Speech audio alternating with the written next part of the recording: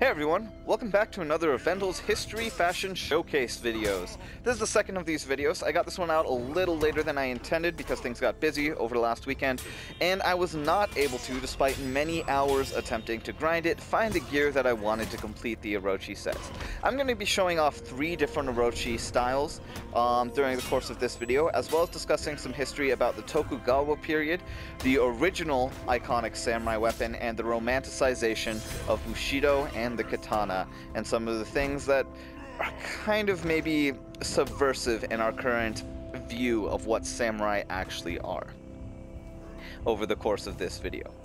So, a little disclaimer, I do not have all the armor pieces to complete this set, and therefore I'm having to use, obviously, the Change Look Viewfinder to complete them. This first armor set that I present here is my iconic Orochi because it's clean, it's simple, and it's not overbearing in terms of how it looks.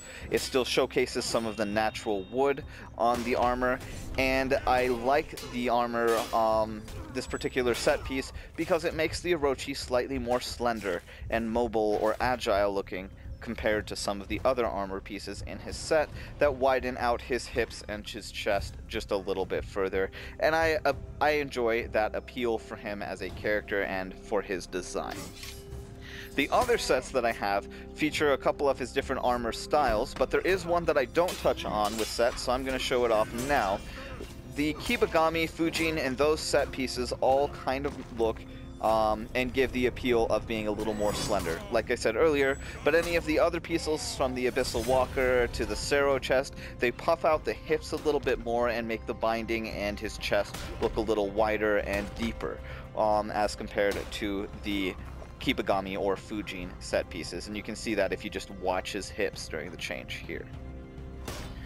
The other pieces that I wanted to show off feature a unique shoulder plate pattern, whereas the arms are missing one of the shoulder pieces, but instead that shoulder piece is placed behind them. Now again, I didn't manage to successfully finish this set to how I wanted it to look, despite hours of grinding to try and unlock the one final arm or one final helmet piece, as with the previous set, that would complete it. In this case, this set is entirely the Hanemi set, done with a light wood to emphasize the bamboo nature and styling of the set, as well as the white color patterns that go into the pants and into the undercoat, with a kind of take or bamboo decals or motifs. It has a very wooded and forested feel to it, but still a very light wood feel, and it gives it a very different styling from the other darker set that I previously showcased with the combination of the Akizuki and Saito arms. This is a fun set. However, I will comment a little bit on this whole backwards shoulder piece thing. I don't know why For Honors decided they want to do this. They do this with the Kensei too, with his shoulder plates in the back, but it's just kind of weird to me. I understand it maybe makes the mobility on the shoulders look cleaner, but it's just not what samurai armor conventionally looked like. Samurai armor had the plating on the side of the shoulder, like this piece here. And so that's something that's always kind of bothered me a little bit, but this is not exactly a historical game. It definitely has fantasy elements, and I'll admit, overall, if I'm not thinking about it from the feasibility of the outfit, this is a very cool armor set and style. The final armor set that I wanted to show off is probably my favorite in terms of its ornate looks, and this is the I want to say Kozane combined with Tosei sets. There's a lot of really interesting sets because when you're looking at the Orochi's high tier armor, almost all of his have unique undershirts and pants that kind of complement the image in certain ways. Now the Tosei and Kozane combined set feature an under armor piece that is red. So I combined that with red wood, therefore as well on the material, and the red in terms of his patterns to make him look the way that he does. Obviously, lighter wood would have a very different look, and darker wood also has some appeal with different sets, but if you're looking for a darker set with the Orochi, the Kuroshi set is the best set for that. Now note, I said I combined 2 sets for this. That's because the Tosei helm continues that red appeal with some gold furnishing on the mask, whereas the Kuroshi helm, the one that's meant to go with it, sorry, not the Kuroshi helm, the Kozane helm instead has kind of the balaclava that looks like you're ready to rob a convenience store. That just isn't necessarily my favorite. And I also feel like it just doesn't match the appeal of the rest of the red armor as much as the Tosei piece does. That being said, this armor was really cool and was probably my favorite to design. All of the symbols on it and paint patterns are taken from the Sakura Blossom set, the mythic set that you can buy, except for the little banner on his back, which, to make it so that the emblem, the embossing of the rose on there was more visible, I used a piece from the Impressionist battle outfit. And then I used the lanterns just because they're a good strong symbol that kind of brace the rest of the outfit and give a similar appeal to the flowery or ephemeral light nature of this style. I really like how this piece looks and how it all came together. This is definitely the one I wear into duels most frequently, but like I said, my personal iconic view of the Orochi is actually the slightly more slender with the shoulder pads in the right position look of this particular armor set and look, but of course with the Kuroshi helm, which I do not have unlocked. So let's get into a little bit about the conversation that I wanted to have about history in this segment. One of the things that it's a little, you know, I don't know how to put this. Some people may get a little bit frustrated about this, but there's not too much I can say to stop it beyond just saying it outright, so I'll just say it. The katana is not the iconic weapon of the samurai. It just really isn't. It is the one that's romanticized the most as such, romanticized by movies in Western films such as The Last Samurai and in modern films also coming from the East and even in anime today, but it really is not the iconic samurai weapon that was properly used in battle. Samurai actually were far more likely to use a longbow in combat or a polearm of some very type similar to what the Nobushi would use, like the naginata. Now, talking about why this is the case, the romanticization of the katana came from the Tokugawa era, which is an era of renowned peace. Now, put the two and two together, you'll realize that the warriors from that era were not actually the ones participating in wars. They did participate in duels, some of them did, some of them got very engaged in these duels, but the whole Bushido thing and that stylizing that was written during that era was all something that stemmed from peace and from the samurai trying to find a way to retain their honorable status despite the fact that they were not required to fight in any wars at the time. The wars were already fought and things and all the battles were won. The more classicized weapon of the samurai that was actually a warrior would have been, like I said, a naginata, like the one that the Nobushi uses, or even the daikatana or nodachi for purposes of warfare from horseback, because of its longer reach and greater strength in its swing, more capable of cleaving through armor. Now, I also mentioned the longbow. Let's talk a little bit about that. The actual most iconic form of original samurai dueling was two samurai, on horseback with longbows. They would ride circles together, circles around each other, performing their showmanship, trying to get at the back of the opponent because they would wear shoulder plates and arm guards on one side, the side that was intended to be their facing side for attacking the opponent, that actually were pretty efficient at blocking arrows from penetrating their armor. This was because wood in Japan was actually a little bit softer than it is in most of the world, and therefore their longbows did not shoot with as much distance or strength. Now, Kyudo, their form of archery, and horseback riding archery is an amazing art, one that took root in Japan more than anywhere else, and I highly recommend looking up some videos of archers on horseback from Japan. In the movie The Last Samurai, which is a beautiful movie, but a very romantically styled movie and historically inaccurate movie, showcases some of these ideas during some of the times in Katsumoto's village up in the mountains as you see the horseback archers. And I'll tell you right now, shooting a bow on horseback accurately while riding in full gallop is extremely difficult, but that is what the samurai warriors were renowned for. That is what set them apart and made them unique and different from other warriors. It was their ability to shoot bows while riding on horseback and do so extremely accurately. That, of course, isn't something that would fit inside the For Honor universe, though. And like said, we are dealing with more fantastical variants of characters, and given the romanticization of the katana is beautiful, the expression of it as the samurai's soul, as a piece of their very being, is very unique.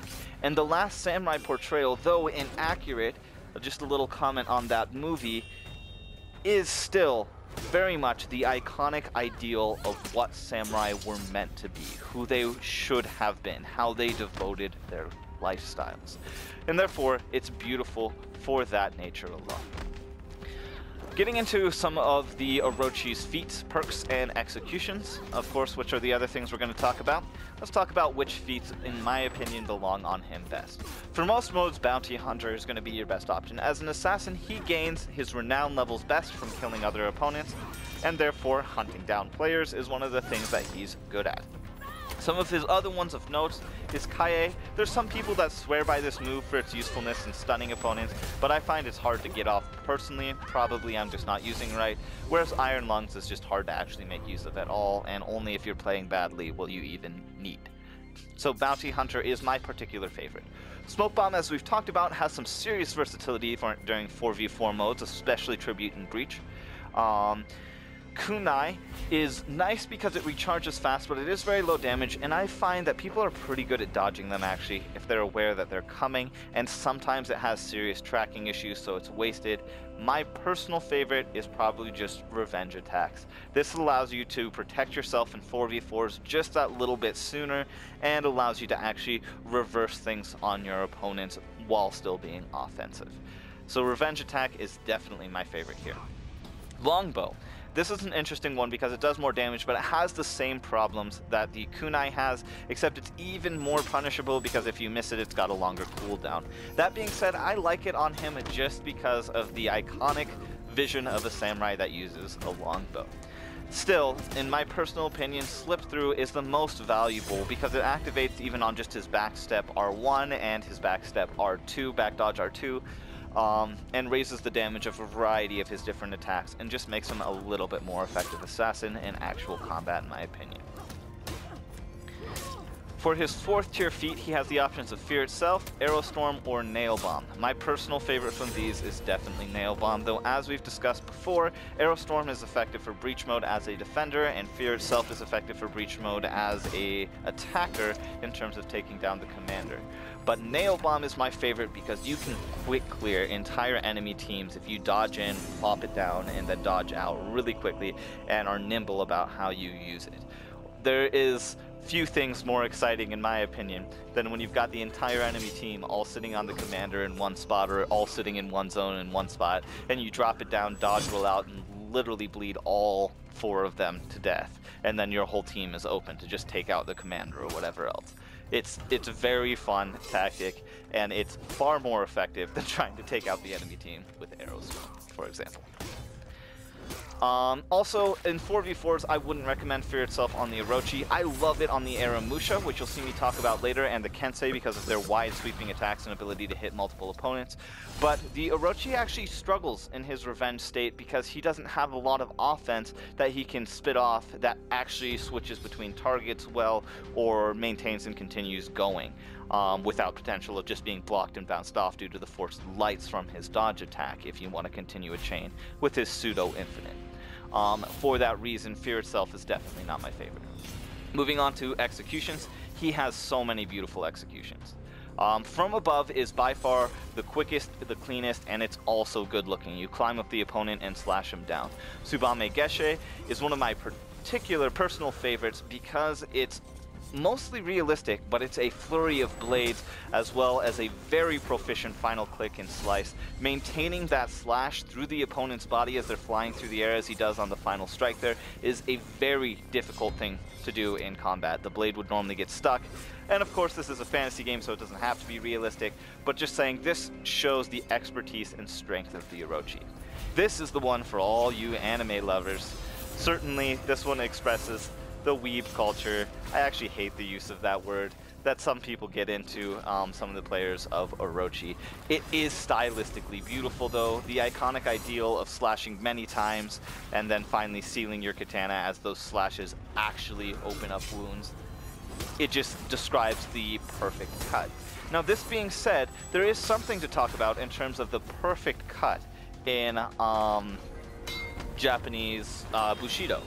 And that perfect cut, they talk a lot about how a true warrior, Musashi talks about this in his books and in his writings, other people who have described other warriors, including Benkei and etc., have mentioned that there is something very visual about the perfect cut because it's almost an unnoticeable cut, a clean cut that goes through, so until the opponent moves, the cut or wound actually doesn't open. That perfect cut is emphasized by a moment in Musashi's life where he stared endlessly at a small piece of bamboo and like hunted down the person who cut that bamboo just because he could tell that that person was a true craftsman and a true warrior based on their ability to cut a single stick of bamboo. Okay, moving on. Senbazaru is kind of fun because it's a typical clash. The style cinematically for it is fun, but I've always thought it was a little bit ridiculous how the opponent stupidly decides to charge towards you while he's completely unarmed, letting you get off this slash. But that being said, it does still have kind of the iconic clash feeling of Aiejutsu, which the Orochi kind of exemplifies. So in case anyone didn't know, Aiejutsu is like the style of sword sheath fighting, where they use the draw attacks as their most important attacks. Orochi is definitely an example of this. You can tell because he likes to sheath his sword after all of his more interesting maneuvers. He also has some others that are either slightly respectful or force a finished respectful position, such as Anbao or kneel for me. I really like the variety and styling of many of his executions. Moving on to emotes. He has some very classicized fun ones that I haven't gotten the chance to purchase yet, but his match point one is fun for its references to, you know, volleyball. Additionally, his drop katana, his mic drop, is one of the most expressive, just simple emotion emotes I think available in the game, and his recognition isn't bad either. His combat emotes are better than most. Combat emotes can normally be pretty subtle, but his twirl whirl combined with arm and armed afterwards is a rather fun combination to use, and therefore is my personal favorite. The rest of his aren't extremely noteworthy. Now, Inori is kind of like a prayer. So, in fact, it is a prayer. That's what it means. This is probably my favorite of his signatures, just given the peaceful nature of it, as well as the small show of skill that goes into his blade spin. Katana spin is fun, but I feel like it's a little too pretentious, especially with how he opens up at the close. And taking a break, it works, it's effective, it is unique, but the blade sharpening is, it's just kind of boring for me. But it does kind of show the Orochi's respect for his sword. Which again, if you're looking and playing him because of the romanticized ideal of the katana, this is perhaps the best signature just because it shows how much he cares for his weapon. So that's pretty much it for the Orochi. I'll leave off at this point. I hope you guys enjoyed this video. I will try to get the next one out sooner, but of course tomorrow I'll be bringing out a new weekly arcade quest tutorial video. The next one that I'll be doing is on the Shinobi. It'll touch a little bit on Tengu, the nature of Oni, and some mistranslations that happened thereof, and I'll talk a little bit about the Yamabushi monks. Hopefully that video will come out next Tuesday, but I do have some exams coming up this weekend, and therefore I'm not sure if I'll have the time to get it out, so I apologize if it doesn't occur. But anyways, with that, I just hope you guys enjoyed this video. Look forward to hearing from the comments, whatever you guys would like to talk about, whether you enjoyed the small historical pieces here, whether you have any disputes with those, or whether you want to have further discussions with me about the concept of the stylized samurai longbow, for example. With that, Vendel out.